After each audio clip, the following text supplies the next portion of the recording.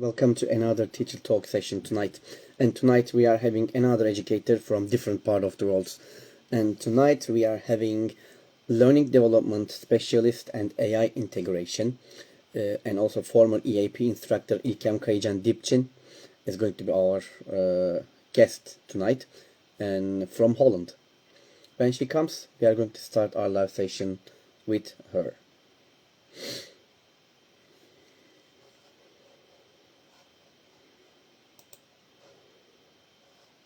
I'm waiting for her to join.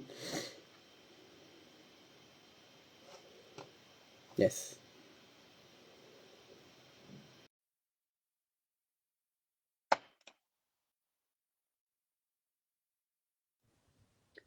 Yes, there she is. Hello, İlkem Hocam. Hi, welcome hocam.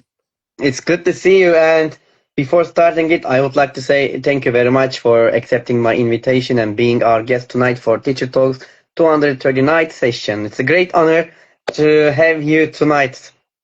It's my pleasure, of course, because this is really an impressive, consistent series. So congratulations to you, actually. This is, 230 something, and this is amazing. And also, I'm very happy to be part of it. Thanks for the invitation. Thank you very much. It's a great honor for me to hear this kind of things from my guests. That makes me, happy and motivates me to continue what I'm doing right now.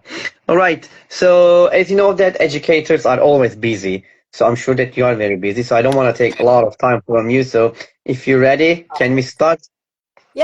Yes, of All right course. then. I know about you a little bit, İlkem Hocam, and maybe our audience would like to know about you. So can you tell us about yourself, please, and a bit about your experiences? Of course, I hope I will be able to, keep it short because sometimes, introductions can be a little bit boring because, everybody have access to each other's profile and all the information about our background is there. But Yeah, basically, I can say that I am a lover of learning and teaching, and it has always been the case for me. Either, I teach, but I never, of course, stop learning.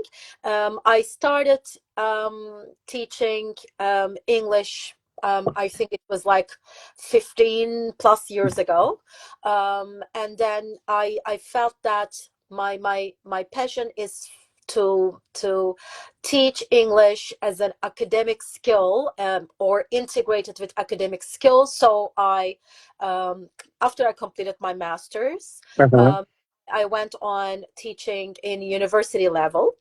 So I have always been with my colleagues from different level of education. I mean, either they are from K-12 or higher education or primary school. But this happened after, of course, I started working on like as a trainer myself. But first of all, I was at Bilgi University, and I was somehow coordinator of the writing center there, Uh-huh. which I loved doing because one of my main research areas and teaching skills is academic writing in English. And then I I went see. on Sabancı University, and it was when I mean, very very recently, I was teaching again content-based academic English, academic writing and research skills. But at the same time, Volkan Hocam, of course, I started to have some kind of an additional role for the last couple of years, Uh-huh. which was like being the trainer about especially AI literacy. I see. Mm-hmm. And okay, I have lost you a minute. I think, are we together still? Okay. Yeah. Yes. Yes. Yes, don't worry. I just thought that we lost the connection. So while I was teaching at university, at the same time, because of my deep interest in AI, when it came out in 2022 November, generative AI, Yes.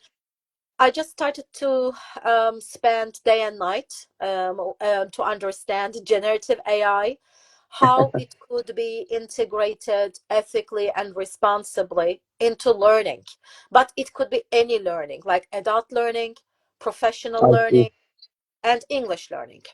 And I sorry again. And then I just after this transition, now, as you mentioned, I'm in the Netherlands because I decided to be an entrepreneur and bring all these together under a startup. I see. Wow. It's a great in the background that you shared with us here, İlkem Hocam. Thank you very much for sharing it. I know maybe there are a lot of things that you also would like to mention here, but these are the things that really Yes. is great to hear from you. Thank you very much. So my next question is about your own education. So what was or were your turning point or points in your own education? As you know that we all have some turning points. And what about you? Yes, you are right. And I mean, of course, the turning points for me were also different milestones and failures, because, and also, I guess it's very, very natural that we could make wrong decisions, and sometimes it might affect the next step very, very significantly. So it happened to me. I mean, everyone knows, I hope, just the Turkish education system, that university exam. But in the first time, although I was admitted to a department, it was tourism, and it Oh. was, yeah. I mean, it was interesting story. And it was tourism, but specifically being a tour guide department. It was 4 years, Oh, I uh, see. English intensive. Um, However, I spent the first year, but I didn't really feel connected Mm-hmm. because of the institution, because of, I don't know, the cohort maybe, or I don't know, just I didn't feel really connected with what I was doing, although I was pretty successful. Um, and I decided to take the exam again I because, see. yeah. And we all the time just we took this English intensive exam. I mean, we just took the exam, university exam in English. And I just had another year preparing, and I just had this 1 year, like in I mean, in retreat, because I was so I think amazed and interested in English language. It's great to And hear. yeah, and Volkan Hocam, I was very interested in acting and theater. That was why Shakespeare had always been a very important figure for me. And I knew that you study Shakespeare and different English language, I mean, literature texts in the department. Yeah. I decided to go for that. So this milestone was really significant, of course. I mean, I just lost maybe 1 or 2 years, Yes. Mm-hmm. but I entered Ege University English Language and Literature department, and I mean, I felt like, okay, I belonged here, and it went very well. Of course, the pedagogical formation, Erasmus stories. So that was a really important milestone, I could say. I failed because of a personal reason at the same time. I said life happens. It was not a good time to be successful at the university exam, but I didn't stop, maybe, just and I chase after what I really wanted. No, I see. It's a great story and great turning point for to hear from you. Thank you very much for sharing it. It's really I wonderful. But finally, you are here. It's good, and it's really great. A kind of a good turning point for you to move to ELT from that totally. part. I really like it. By the way, honestly speaking, um, teaching, of course, was not on top of my list. As many literature graduates, you always thought that you would be teaching literature and be an academic, and it was like, for me, I didn't really. But when I started my first job, I just felt that why did I wait so long to start I teaching? see. I see. Thank you. Thank you very much, Ecem. Okay, and you mentioned that I think you've been teaching for a long time, and now you are also again in education life and again Yes. in teaching life. And during your teaching career, I'm sure that you have tried different techniques, different strategies and Mm-hmm. methodologies in your lessons, and you taught them to other teachers maybe, and you use them in your lessons for your students. And I'm sure that you have a kind of a philosophy of teaching. What is it? What is your philosophy of teaching? Um, um, Thank you for this question because, yeah, everybody, although we know that there are certain structured methodologies, um, I am sure all our successful and, amazing colleagues um, have some kind of a blended philosophy, maybe, or a mixture of everything. And this is where I guess I can see the difference. I mean, not the difference, but the common point between um, teaching in higher education in classroom, being with the students, and training professionals for a particular skill. I see. Um, Although they seem, of course, very different in terms of context, I think um, the importance for me is really knowing and understanding the audience I see. and where their needs are. Definitely, yes, in the classroom, we have textbook, we have curriculum to follow, and these are sometimes um, an opportunity, sometimes restriction. Mm-hmm. However, I always try to find a way to connect it with the student's existing reality, Oh, which I is see. like to feel, because I think learning can stick in terms of learning another language as well. We always think that it needs to include culture, the context, and it generally comes from a particular need. So Mm-hmm. I always try to create those moments where they might encounter in real life. And that's why I always try to adapt, um, and which we call it very commonly student-centered, learner-centered teaching. Yes. But when I'm doing that, I try to do this with real data, which means, how old they are, we know it, but how Mm-hmm. their work is. I mean, what are they really interested in?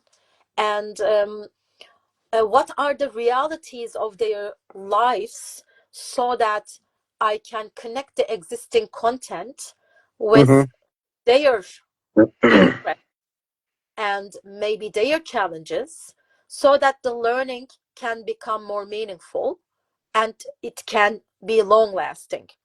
So the Mm-hmm. philosophy for me is deeply observing, listening my students.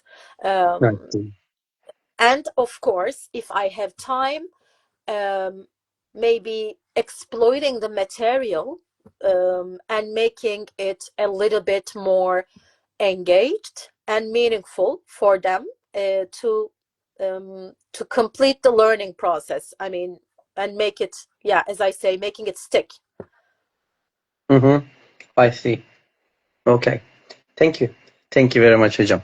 So the philosophy that you mentioned, Yeah. it's really important for us to listen, especially the combining the other, all the other, how can I say, the strategies or techniques, putting them together and the using Yes. them different way. You Yeah, of mentioned it. course. um I mean, I'm sorry, I interrupted, but of course, No, of course. I always prioritize our colleagues' well-being, and you know, not all of us, not each of us has the access to the abundance of resources. Mm-hmm. you know, there are millions of different English language teachers around the world and in Turkey, Exactly. and some of them are working under really difficult conditions. Some of them might have access to a lot of resources, but they work so hard, or they sometimes are expected to work so hard in, especially we know the generally in private schools. So when I am suggesting something, just please just feel free to criticize, or it could happen because I had the right context, maybe, I or see. I had the access to right resources. But I Mm-hmm. would say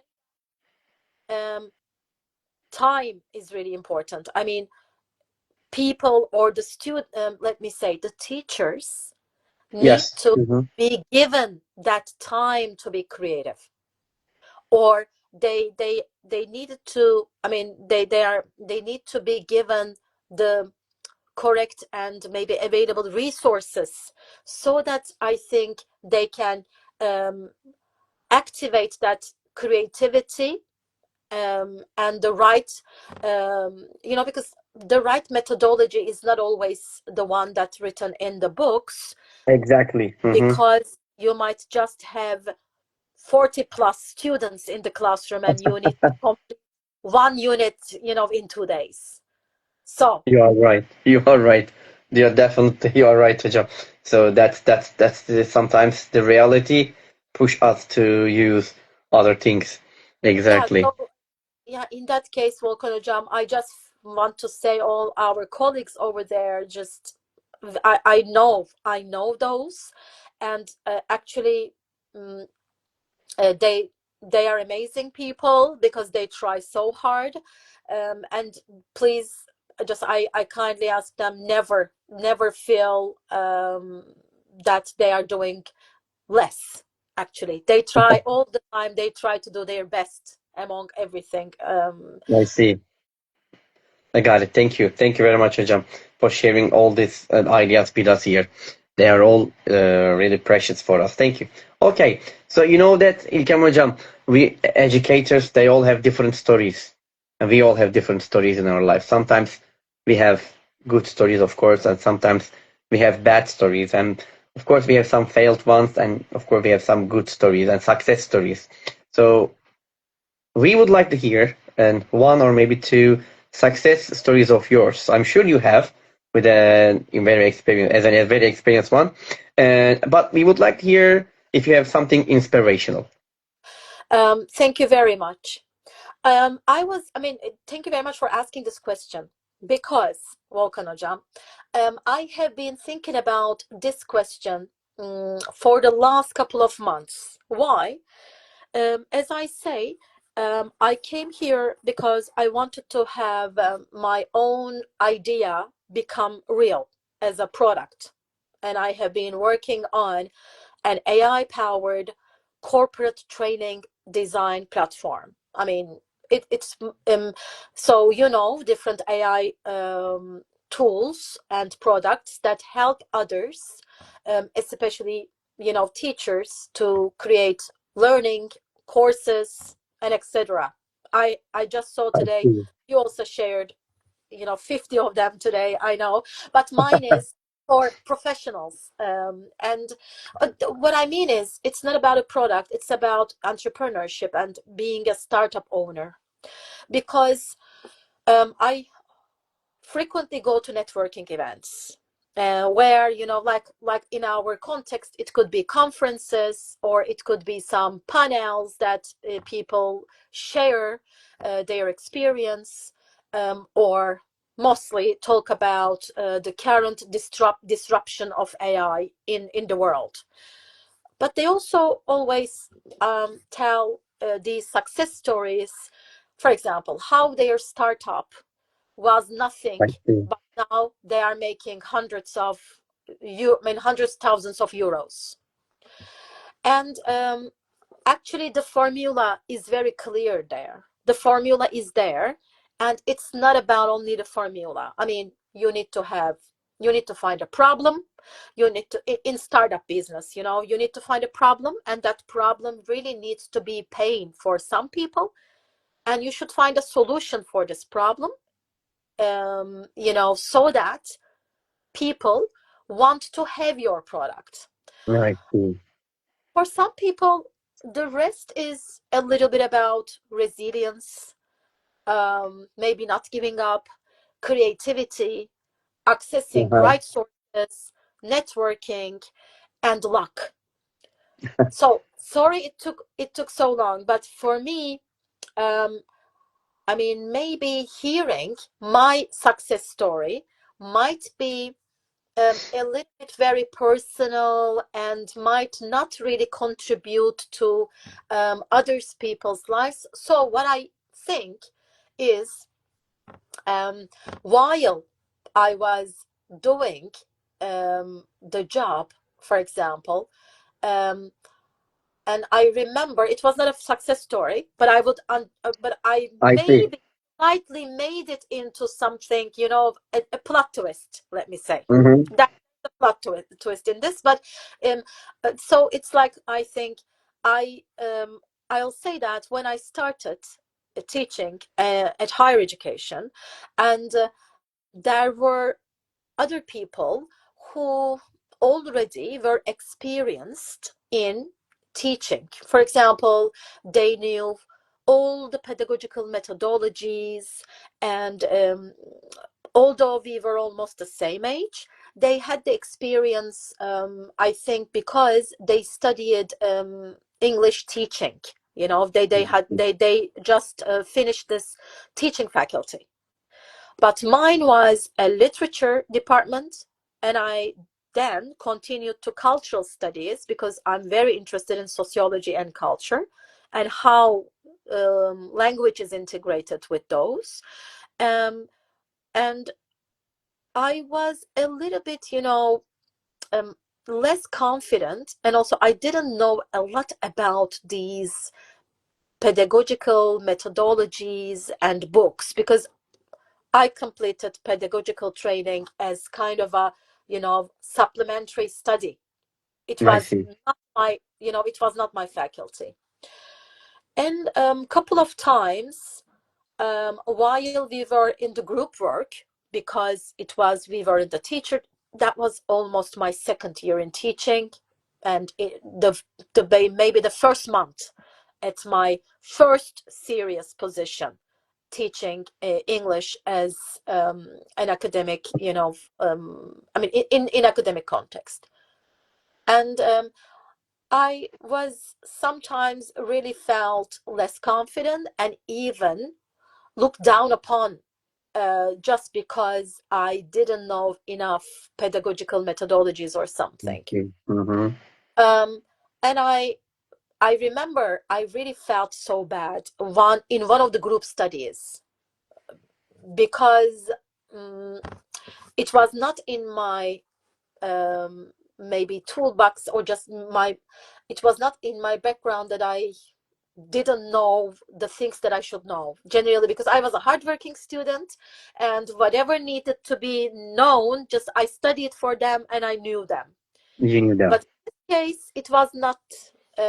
It was not the case, um, and just at those moments I felt weak, of course, and maybe, you know, less capable of maybe doing things in terms of teaching.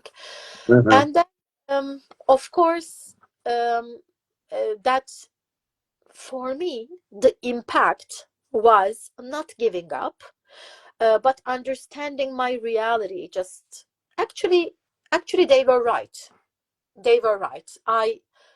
I really needed to know more theoretical, different, you know, all these textbook written philosophies or teaching approaches, because these also help you in the classroom how to approach the students. So I didn't go back and, of course, studied teaching faculty, but at least I tried to fill this gap. I started Mm. to learn more and read more, about the teaching profession itself. Mhm. I mean, because I was back then like, because you have this passion of teaching, yes, it's really good.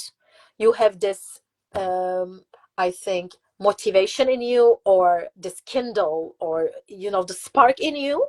However, sometimes it's not enough to be successful in You teaching. are right. You are Uh, right. I had that part. I was like very motivated sharing my knowledge with the students. I had high energy. My students, they were very happy to see me in the classroom. But of course, this was not enough, I think, to be a good teacher.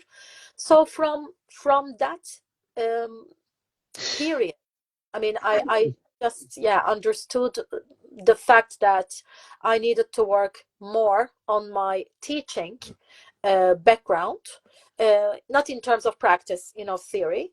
And then, yeah, it's really made me more confident after I started to understand Mm. different approach in teaching, by, of course, thanks to the teacher training sessions, because I think this is also very important in institutions, allowing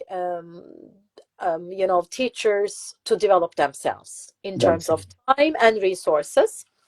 So and also, yeah, and then the rest is history, because I started to um, I think, be a good example around the colleagues, just I and also that friend of mine who criticized me harshly at that group work, just said, excuse me, years later, because I think she really understood that I felt very bad when she said it to me. I mean, you should have known this. She was like that. You should have known this. I mean, we all studied this kind of, and oh my God, of course I felt so bad. But again, I said, this was really a moment that I felt, of course, very bad. And of course, but not suddenly. I just decided that I needed to, stand up and continue enough. everything. For a couple of days, I was sorry. I felt bad. And then I said that if I like this profession, I need to really close the gap. Close again. Close the gap. You're right. Thank you. Thank you very much, İlkem hocam. And So that's that's been, I really thank you very wonderful story that you share with us here. The things that you said here. Thank you. Okay. So you know that İlkem hocam. So teachers, they always want to be successful. We all want to be successful in the classroom. Then we go into the classroom. At the end of the lesson, when we leave, we would like to feel happy and successful. What the things that we've done in the classroom. And but there are, of course, there are a lot of things happening, and we think that this kind of things makes us successful or not. But as an experienced one, what do you think makes a teacher much. successful in the classroom? Oh, um, first of all, I mean, that might, I think I can really list down on a lot of different, parameters for teachers to be successful. Um, and of course, the aim is, let's talk about, by the way, I see Duygu Hoca, Duygu Gözler just wrote that she is so happy to see me, and I'm very happy. Yeah. Her message. So hi Duygu, it's very nice to see you. Thank you for being here. And so the thing is, I mean, let me think, because I'm not in the position maybe to define success and how to be successful in the classroom, because I think the desire or the pursuit to be successful in the classroom is like an organic part of teaching for all the Mm. teachers. Um, I I know, I already mentioned many different conditions that the teachers need to try to continue teaching and make themselves motivated. But I think in the classroom, the successful, teaching can be successful if the students, if it's in our case, if our aim is let our students to use the language to communicate well. And if you see this by the end of your day or your curriculum or your activity. So I will not say that, of course, connecting with your students, listening to your students, and however, we should also accept the fact that whatever you do, sometimes it doesn't happen. So I think success might also be part of the effort and the process. Mm-hmm. Because because you might this is in the book. What is successful is like giving the sources or giving the correct activity, doing the lesson appropriately, and with engaging activities, interacting students and group work, peer discussions, and autonomous students, independent learning, just learner-centered lesson plans.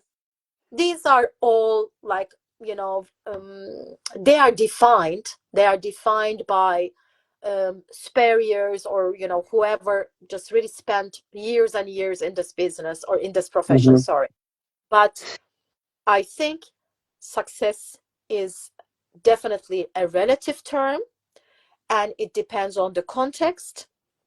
I'm not being political, but I try to explain myself soon, because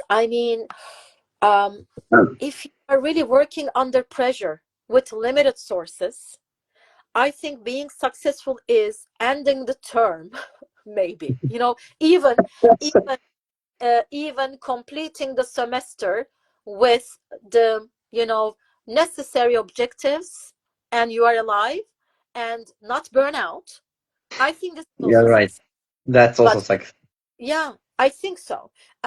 However, if you are working an abundance of resources with brilliant minds, you can go to and maybe you might even win an award with your students, in a project, in an ELT project, for example. You might visit different countries for Erasmus so I think it's really relative.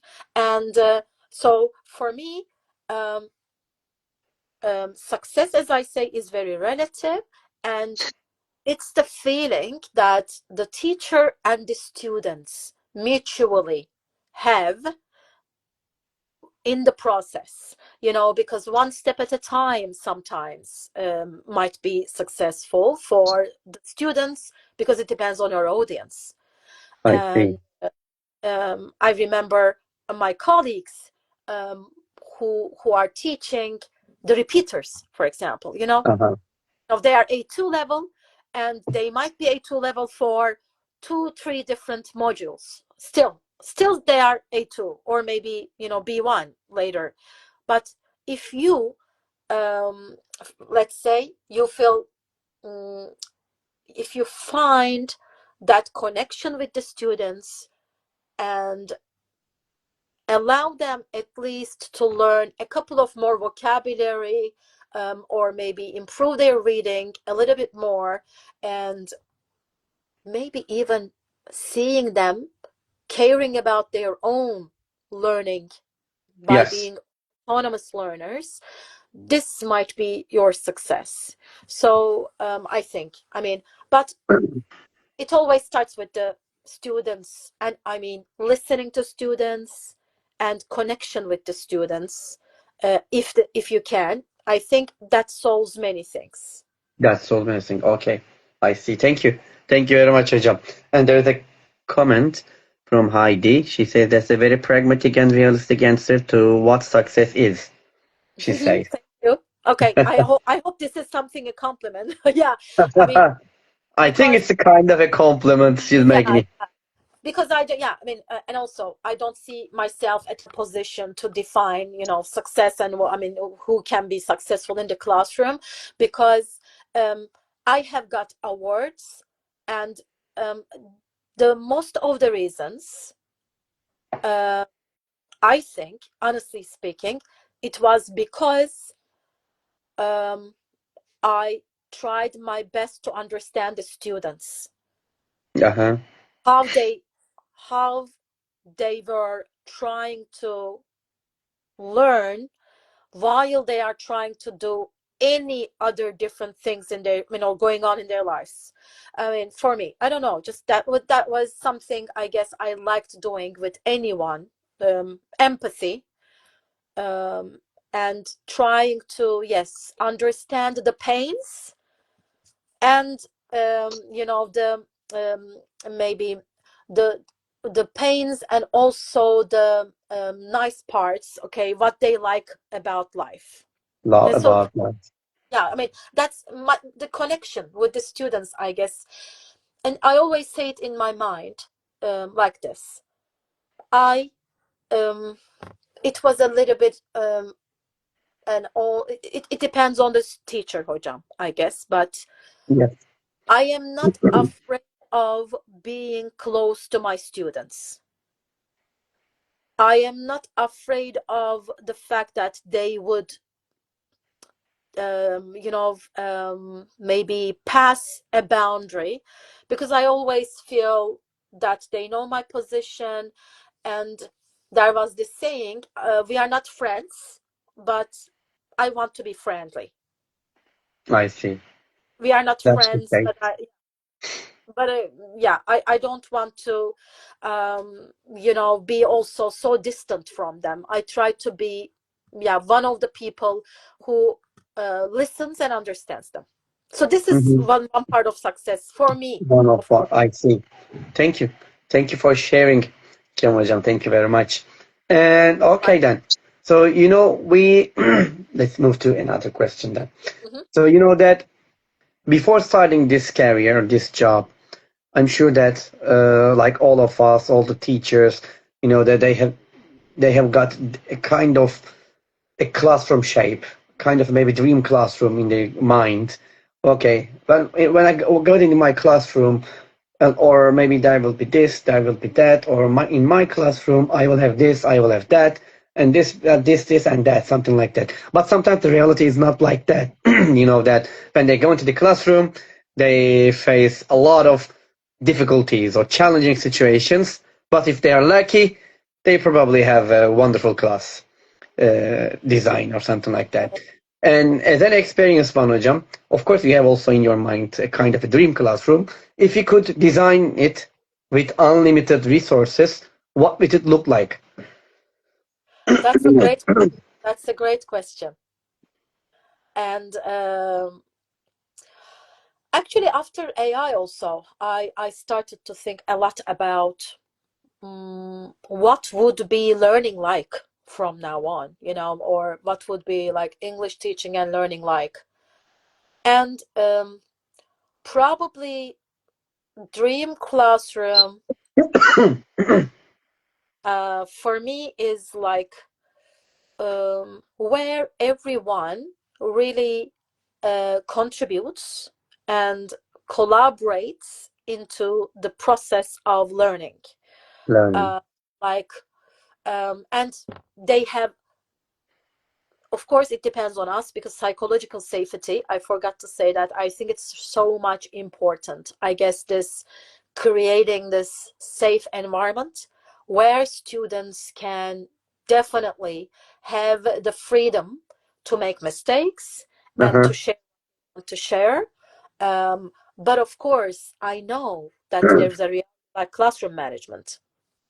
But so I think in my dream classroom, um, you know even, I mean, me, teacher is just kind of an enabler of learning, I see. not Mm-hmm. teaching, but maybe, you know, we say facilitation, but the facilitator, but however, I see students as really autonomous, independent, and using the available digital resources responsibly by, I mean, you know, not by being aware of the fact that it is not cognitively affecting them negatively, but growing them. You know, I think the growth, I mean, so the dream classroom are with the students wherever they come from, whoever they are, I don't mind. But I think has this understanding of being autonomous and independent and take care of their own learning. And when they and I am the like enabler of this learning environment. It's I not see. like I'm dictating something, or it's not like I'm maybe correcting something, but I'm just maybe sometimes um, approving, let's say, maybe if it, even if that might not be the correct word, but that they access correct resources like reliability, you know, academic sources and truthful sources, kind of that. So, I see. Mhm. and of course interaction, I mean, definitely, I guess my dream classroom is just where people interact, um, because yeah, I mean, especially with the existence of this disruption, Uh-huh. is with AI, I think human and human connection and human interaction become a lot more important. So in this classroom, um, they definitely interact themselves, ask for help, collaborate, cooperate, learn together, and of course, I mean, so it means that is the environment that collaborative learning I happens, see. where, as I say, me is just someone who connects them and maybe Mhm. enable the learning process. Either it's kind of a skill, an academic skill, or if it is like English. I hope this is enough for, I don't know, maybe I'm sure there might be amazing dream, you know, coming from our fellow colleagues. This is how far I can go. I mean, generally it is like, for me, the context is, you know, I generally dream about that, not I see. futuristic, you know, AI tutors or something. This is not that for me. That this is wonderful. The wonderful class that you mentioned here. And then we all want to have this kind of classroom probably. Okay, thank you. Thank you very So much. by the İlkem way, you hocam. don't get tired. Yeah, of course not. And you know that in our life, especially daily life, all of us use emojis, and we love them. I'm sure Yeah. that we love them to use emojis. As you see, also we are also using here. Our audiences use it, make comments about it. So we use them when we write textbook. Sorry, when we use them when we write text messages, or some maybe making comments or something like that. We use them, and when you think about your, of course, the teaching, Mhm. if you were an emoji as a teacher, let's say today, which one would you be and why? um, by the way, Volkan hocam, Onur hocam just wrote there, and I totally agree. That was one of the starting point about Dream Classroom, is that we need students who want to learn. Exactly. That's a very important point. I'm sorry, yes, that I forgot about that, but of course, this all could happen if they have motivation to learn. However, unfortunately, sometimes it doesn't happen. It doesn't happen. Yeah, sometimes you might have a classroom full of people who don't want to learn. Definitely, Okay, definitely. but thanks a lot for bringing this up, Onur hocam. And about the emoji, at the moment you had told me, just like, you know, there is a a dancing emoji, a lady with red dress, Yes. a dancing woman emoji. Do you know? I mean, Yeah, I know maybe, it. yeah. I mean, can you picture it? Yeah, I think so that because in the classroom, when I meet my students, and it could be a room full of learners or a Zoom full of learners who want to learn, I just Uh-huh. turn on someone who can dance with that energy. I don't know. I mean, this is something I really like doing, um, and try to spread the same positive energy to the learners, to the students. So, I mean, at the same time, I feel like this because um, I, I mean, in the classroom, you can't figure someone who dance in a, this that kind of dress, like like doing flamenco or something, because however, this is the feeling, because I think that with that energy I feel this. Yeah, thank you very much, Yeah, Sibelius, this also is the emoji for one. me. Yes, Yes. exactly. Thank you so much. So yeah, it is like that because I also feel um I am not really defined by the regular expectations of teaching. Sometimes I can dance, sometimes I can perform. The thing is, again, I say sharing what we know, and engaging students so that learning can be more meaningful for them, and also try to tell them the fact that this is something meaningful for their life. And Exactly. yeah, I feel, I don't know, just this is gonna not be the right word, but I feel in high energy, let me say. It's Yeah, that's great. why I chose this emoji, hocam. That's wonderful. Thank you very much for dancing emoji. But you know that we are teachers, and definitely we are dancers in the classroom. You know Right. that we dance in the classroom. Sometimes we realize it, but sometimes we don't. But every lesson, definitely we dance inside the classroom. You are right. You are right. I totally agree. Dancers between different things. Um, but I always, my empathy is a little bit all the time, or my sympathy, let me say, just high, because of course we cannot dance all the time. I sometimes that's when I see myself as a teacher, that emoji has just come in front of me. But of course, not all the classroom situation, not all the institution, not all the conditions um, give you that high or positive energy all the time. So there are Exactly. ups and downs, and that's the reality. And Definitely. that is the secret of teaching. And like performers, as you say, like dancers, whatever happens, you should go on that stage and perform. Perform. You're right. You're right, Hocam. Yeah. Okay. Thank you. Thank you very much, İlkem Hocam. So you know that, and inside the classroom, a lot of moments happen, and some moments makes us sad, some moments makes us angry, of course, or some of them are, I don't know, makes us happy or smile, let's say. And when you think about your experiences, what classroom moment always makes you smile?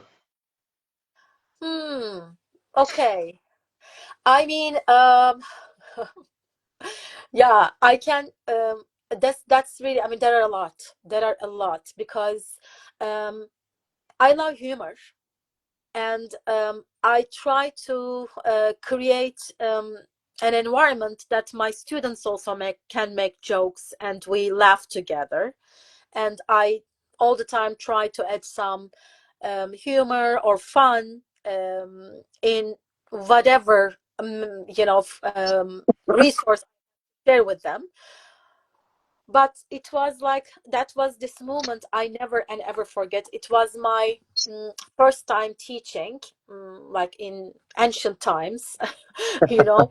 And it was, but I never forget that. on that day, these students were just very just that's what do we call them, zero beginners. It was, by the way, Turkish American Association in Izmir. I started teaching there, and it was a really very important experience for me. I was just a new graduate, and I definitely had a lot of important experience there. And the students, of course, they are English learners from any different backgrounds, different age groups. So I have maybe 16-year-old and also 50-year-old in the same classroom. So that was Wow. a little bit a diverse group, because it was just a language course. And also I strictly asked them to use whatever they do, try to keep it English as much as they can. They By the way, can. it was institutional, maybe, okay? Because sometimes, of course, I never want to put stress on the students if they can't make that sentence in English. However, this was the rule. I mean, yes, we generally.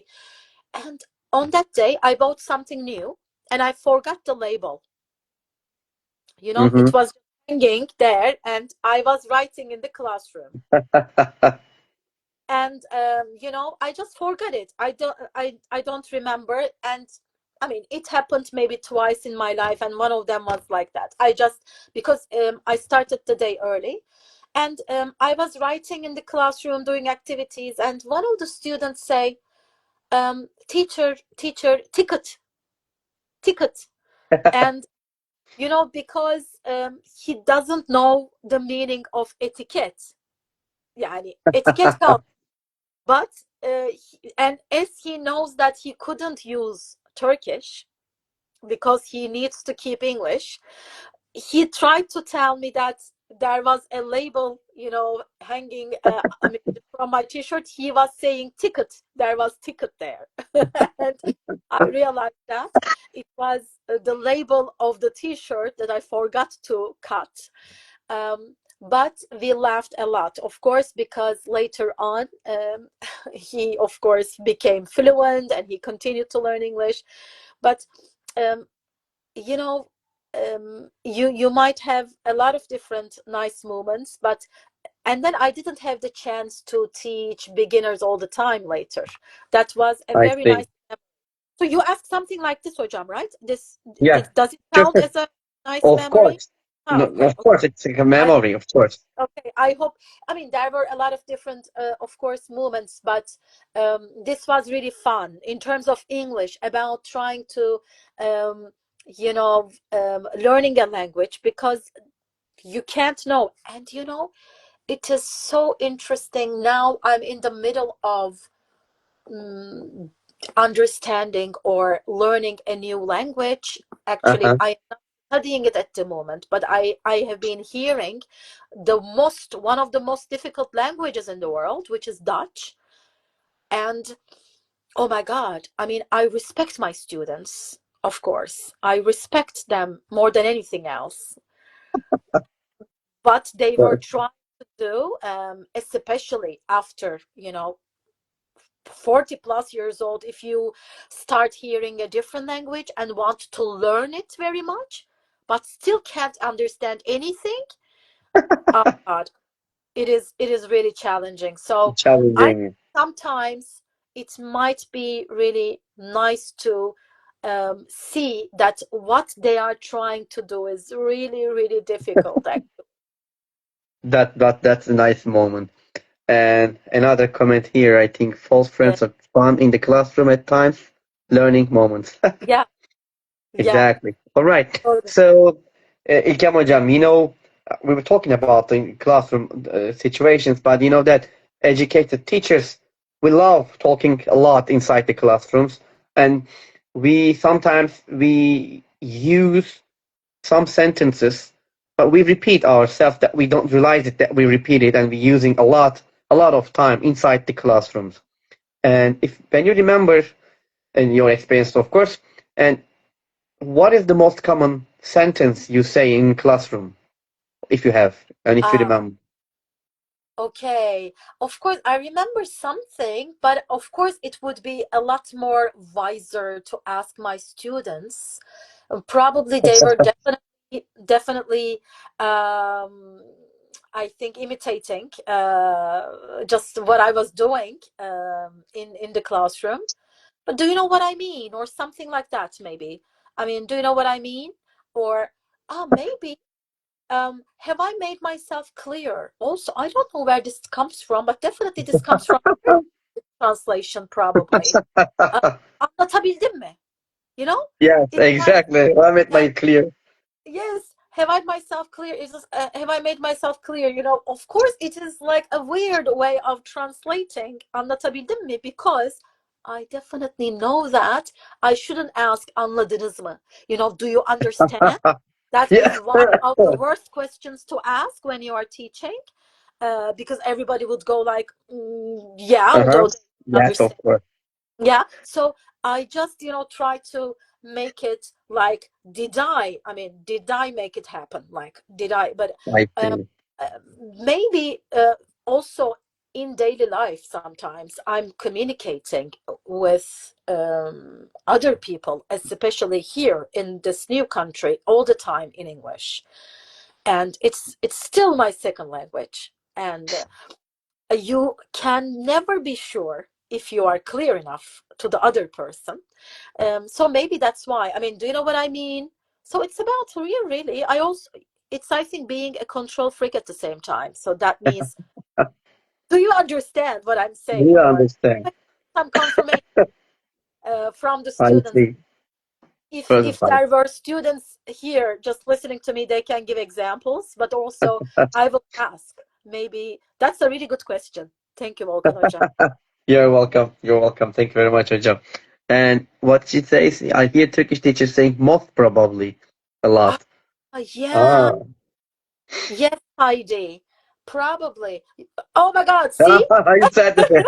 Probably. You're right. Yeah. Probably. I know it comes from in Turkish as well. I use muhtemelen a lot. Yeah. So muhtemelen is an old word. I mean, not very common, I guess, modern Turkish, but I use it a lot. That Yes. might be the case that we use most probably. Wow, Probably. great observation. That's Most good. That's a probably, I good will use one, really. probably a lot. Wonderful one. Thank you. Thank you very much, İlkem Hocam. You know, İlkem Hocam, we as a teacher, we have taught a lot of students, lots of maybe thousand students. When you remember it, maybe you taught. I don't know how many students we have taught so far, but a lot. And Yeah. maybe you are still doing it. Some of your students you keep in With touch. yeah, with some grown-ups, yeah, with Yeah, adults. you do it that. And when you think about them, they come to your classroom and then they go. They come and they go. They leave. Maybe they graduate. Maybe they go in other places. What my question is, what do you hope your students remember about you years later? Oh my God, this is so tricky. They, I want them to remember the best teacher in my life has always been Cam, Great. Of course, that would be a little bit, narcissistic, or, a little bit too much. I know that was a joke, but of course, I think, and I have been hearing it, and I felt really nice. Um, I enjoyed, I think that I enjoyed learning a lot in her classroom. I think Uh-huh. that was something I really hope my students to think about me in the future. That was the classroom. I feel I don't get bored. But of course sometimes they can, but mostly I don't get bored, and I enjoyed learning. So that's something, I hope they would, because yeah, I want the students to feel safe enough and happy enough, maybe, or to Uh-huh. to to feel um, motivated to learn enough. So that's why I think so. This is gonna be what I wish for. You fish for. Thank you. Thank you very much, Hocam. Okay, so İlkem Hocam, you know that in our life we actually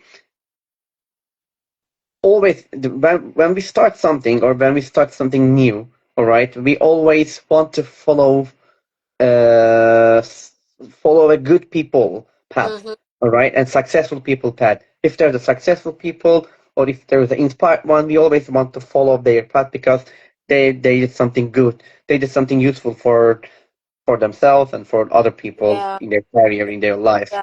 So, and they motivate us and they inspire us. Yes. And when you think about this, the motivation and the inspired one, do you have any role models in your life or anyone who inspired you in your life? Um, Definitely. I mean, um, a lot of different people, mostly women.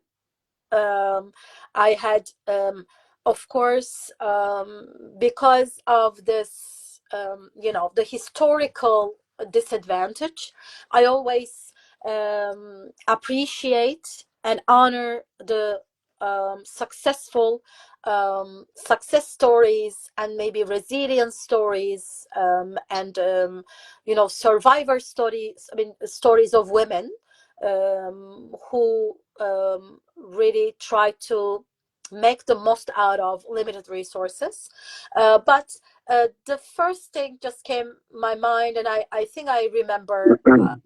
I had a student in middle school, who was, yeah, I mean, she was an English teacher, um, and I just at that moment, because she was speaking so fluent, she was so inspiring with her discipline and how she made us happy in the classroom. I was just remember I was looking forward to her class, and that was, and also she was so stylish. For example, she was not only teaching well or speaking good English and talking about English literature in a really inspiring way, but also she was like a presentable, what I say, just, I I mean. see. And so back then, of course, it was not 60s. However, especially for my age, it was not very common to see teachers like that Uh-huh. back then. And so that was why I was inspired and was saying, I remember my teacher's name, like Müjde Hanım. I'm sorry, I forgot the surname, but I was very inspired by so that maybe that moment I decided to do something about English teaching, discussion of literature and stories.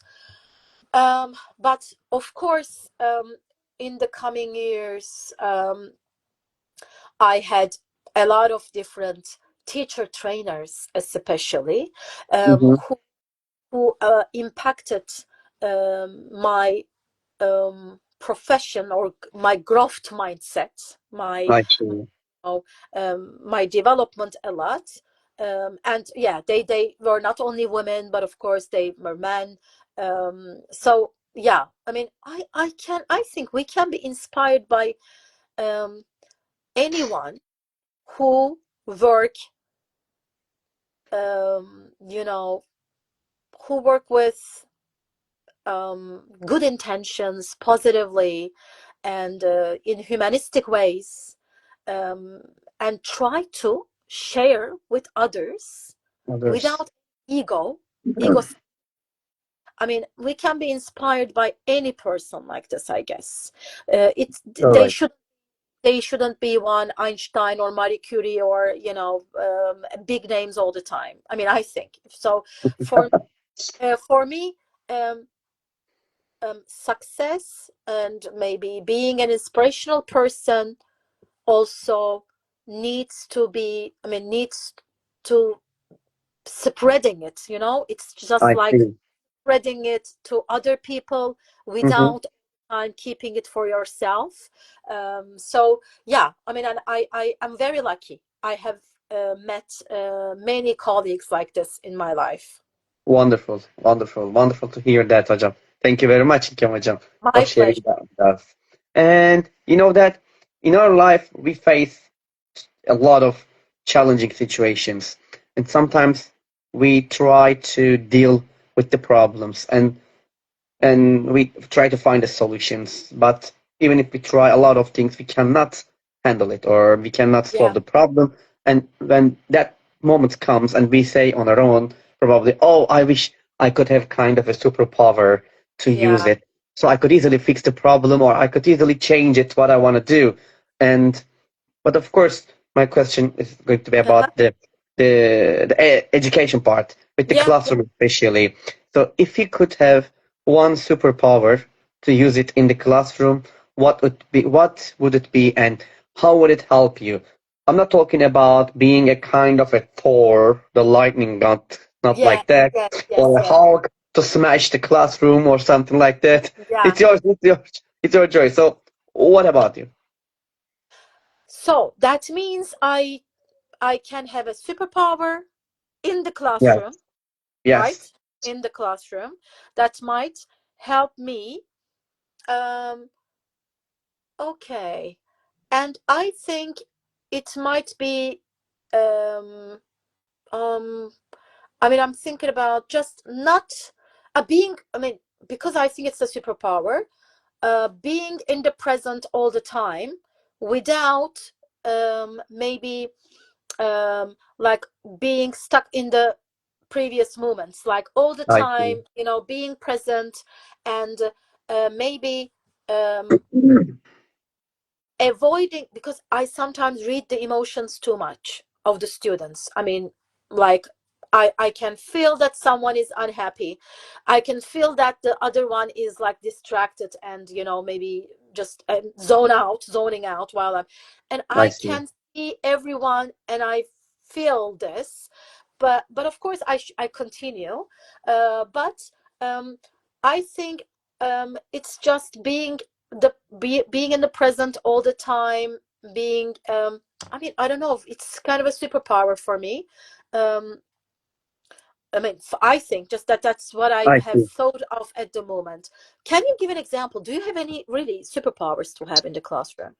Yeah, of course. For example, the things that I listened from my guest, I think mind reading, the mind Ah, of reading, and course. also the feeling their emotions, or I think that, the time freezing one Yes. also. Yeah, exactly. Or for example, the one that I really surprised at, and there was a teacher and Mm. she would like to have a kind of superpower, the going to future or going to back, okay, for the moment that the students, if they don't understand anything about the past and the present, take them to the future or take them to the past and show and teach whatever Yeah. they want to, and then Wow. bring them back, something like that. That kind of a Yeah, yeah, they really had this, yeah, yeah, yeah. They really had a really nice structure of, yeah, what they want to have. You know, um, as I say, I really love to be in the classroom mostly, and of course, when the students are more, I might be having the superpower to have some kind of um and maybe produce a liquid that they all the time feel motivated to learn. I don't know, just I they see. can have the uh, whatever juice, the juice that they always are motivated. And but Volkan Hocam, this is not organic, this is not Yeah. natural, so it doesn't feel right. It doesn't feel right. I can use it temporarily. For some classrooms, I wish I have some kind of a juice and I just deliver the students and they are always focused and motivated Wonderful. to be part of the lesson, to contribute to the classroom. Maybe that, because I'm inspired Wonderful. by your answers. Thanks for the examples, by Great. Thank you very much, Hocam. Thank you for your answer also. That's really nice to have that kind of, the liquid procedure, kind of a juice this. procedure, This. producer inside the classroom. That's Oh nice. my God. Yeah. Yeah. I mean, so that they can feel non-stop motivated to learn and, Exactly. contribute in the classroom, discuss. Oh my God. You never want to end the lesson. Yeah, definitely. All right. So, İlkem Hocam, think that we finished Uh-huh. our live sessions, and you go outside and Yes. you find a lottery ticket that ends up winning $100 million, which is a huge amount of money, what would you do? Please be honest. Of course. I mean, I would not say that Tell us I the would truth, donate okay? to, yeah, yeah. I mean, I would not donate it to the Ministry of Education or something. Yeah, I mean, or whatever. Um, However, one thing I would definitely do. I mean, I would definitely keep it. I can't deny it. Keep it to donate somewhere, especially about um, women. You know, to maybe empower them or to contribute to them. But what I'll do is, you know, I think I would definitely very instantly um, make myself product, my product work a little bit faster. I would invest. Wonderful. I would invest in my product so that I can see it really working in the market, that people use it, so that Yes, I can get feedback and understand if it's useful or not. So yeah, I mean, because I mean, I don't want to be cliche at the same time, buying houses. And by the way, I would also, that's a really nice dream. I would definitely travel, not the world, but the countries that I would like to, with my family. Definitely one part of it would be wonderful.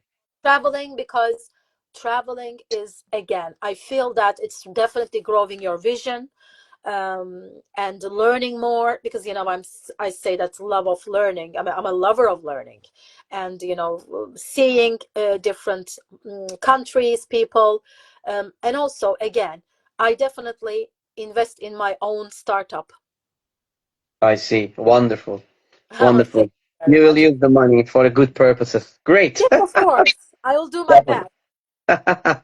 Do it, hocam. Do it. Okay. Thank you. So now, and the last question, Uh-huh. and the most difficult one probably. What is your motto? Ah, okay. Oh, yeah, this is really difficult. My motto is definitely, be, I mean, be, let me see, be kind, let's say. I mean, yes, be kind and be honest. Just being honest and being kind. I mean, because I think these are the ways that allows the effective communication. I And see. I really put a lot of importance in communication. So, I mean, um, being kind, open, and transparent, and being honest. I mean, yeah, these are my really most important values in life. I see. Thank you. Thank you very much, İlkem hocam. Okay, now our first part completed. Now we're gonna move to the second part, which is the surprise one, which is quick fire questions. So we'll have a different, yes, the second Okay. part of our live session, which is the quick fire questions. I'm gonna give you two options and you choose one of them without Okay. thinking a lot. All right. Fun. That's So fun. let's get started. Great. Okay, here you go. Online teaching or face to face? Face to face. Okay, pair work or group work? Group work. Morning classes or afternoon classes? Morning classes. Okay. And correct immediately or later? Later. All right. Teacher talk or student talks? Oh, definitely student talk. Wonderful. Stickers or verbal phrases? Hmm. Verbal phrases. All right. Motivation or discipline? Motivation. Good. Control or trust? Trust. Okay. Cameras on or cameras off? Oh, that's so difficult. I definitely would love to give the independence, but cameras on. Okay. Red pen or green pen? Green. All right. And staff room or classroom? Uh, that's really tricky. Classroom. All right. And the last one. One more minute or time is up? One more minute. All right.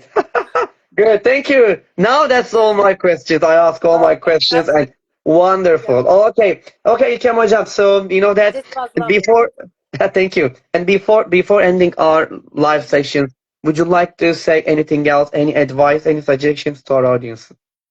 I definitely want to thank each and everyone who visited this live session. It was a pleasure to be with you, first of all. I Thank you. appreciate your invitation, Volkan Hocam. It was really great to be part of this such inspiring and consistent, live Instagram. This was my first session. So I just would like to thank everyone and just yeah, I mean, keep being themselves, I guess, is the best way to just yeah, to just keep on. Yeah, thank you Okay, very thank you. Thank you very much. Thank you very much, İlkem Hocam. And you know that, and I would like to say one more time, thank you very much for your advice, for your suggestions, and for your all good, the wish, and especially for your time, which is precious. You spent your time with us here. That was really, the precious for all of us. All right. much. My pleasure. So, İlkem Kayıcan Dipcin was with us here tonight, and we had a fruitful session with her. And as you know that we are going to be here at the same time on the same day every Monday at 9 p.m. Turkish time. And until the next time, please, wherever you are, good morning, good afternoon, good evening, and good night. And please take care of yourself, and please take care of yourself, İlkem Hocam. And bye bye, everybody. See you next time, and peace. Bye bye.